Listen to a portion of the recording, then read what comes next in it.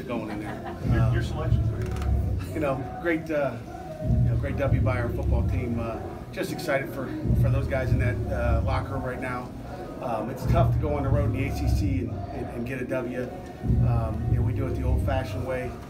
Running the football for 250 yards. Darren Hall was a beast today. And then, stop and run. I think they had probably less than 50 yards rushing, which would be the lowest for the year. Hats go off to the football team. We did a lot of great things. Obviously, there's a lot of little things that we could, continue to improve on. Still got to eliminate some of the, costly errors and penalties. But we'll take it on the road and move on to the next one. So, questions? The running game, you guys keep going to it. Other defenses know what you guys are going to do. They still can't seem to stop it. I mean, are you guys just doing it that much better than they are on the other side of the ball? I guess. I mean, you tell me. We just kept going to it. We were just okay in the second half, or first half. Second half, we came out rolling. I think our coaches did a great job of making some slight adjustments as far as what we were doing and how we were doing it in the first half. And that's what you do as a coach, and put the kids in position to make plays. And our offensive line blocked their tails off.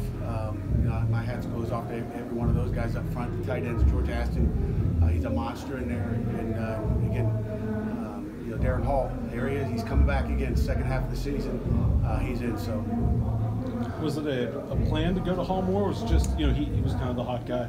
He was a hot guy, the plan was he practiced great all week. So Jerry's not here, so we won't talk anymore. You say that the second half was so much better. How much do you typically see? They're both pretty bruising runners. They just wear the defense down. Yeah, I mean, that's kind of what we do. It's Pittsburgh football. It's Pittsburgh tough. Got that one for the city of Pittsburgh, and happy for our kids. This is the second week in a row when your defense has really stepped up in the fourth quarter. I mean, I don't think you guys had a 3-and-out tonight until the fourth quarter. I mean, is it just guys just turning it up at the end, or guys turning it up? I mean, we gave up a cheap one early. That 7 points we gave up in the first half on a long pass.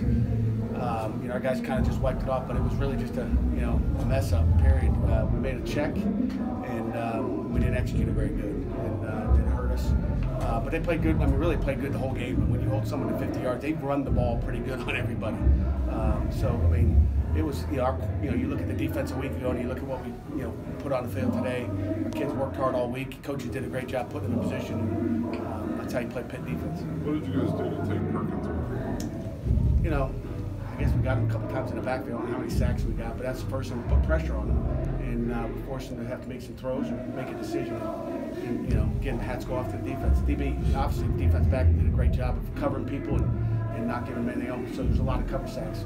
Did you get any kind of explanation or clarification on the targeting call? No, I mean, it is what it is. I think it was kind of, I thought he had his face up. I think, he tried to put a lick on him, and Patrick Jones is a tough kid.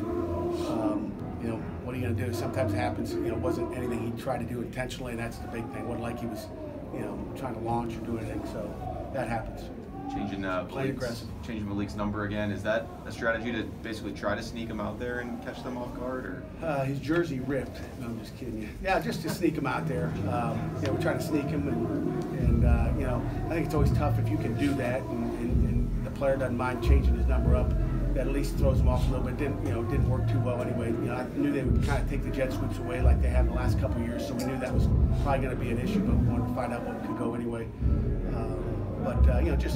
All week they're working, talking about 19. So at least make them adjust early, just find out who he is and who the guy is. Was there any doubt in your mind sending out Kessman for the long field goal after having to miss an extra point? No, I mean, it was a bad, it was an OCK snap. We just dropped the snap on the extra point. And they had no, obviously we'd like to be a little bit closer. I don't know, how long was that? 53. Another 52 or 53 yarder. I mean, we had no reservation at all. He kicked him earlier. That wasn't on him. And tried to make it a 2-score game with that kick. That was a gigantic kick. Gives your defense a little bit of a breather, knowing that they got to go down the field twice on you. And the way we were playing, that just gave us a little comfort. Did you get a chance to see what the calls on Damari Mathis there at the end of the game? I'm guessing it was a celebration. I still didn't get the word of what it was. We'll coach that up. In the end, it doesn't matter because they had one timeout left. So, you know, pretty much iced the game, but, you know, just having fun, and you know, I'll have to see it on tape or a TV copy, I'm sure, to see what he did, but, you know, I heard he just stood there kind of, you know, like that, I guess. I don't know. I don't think he did anything. I don't think he said anything. I think it's just what he looked like. He was having fun. You got to be smarter than that. What, a final question before we get to our players? Anything else? Coach, thank you.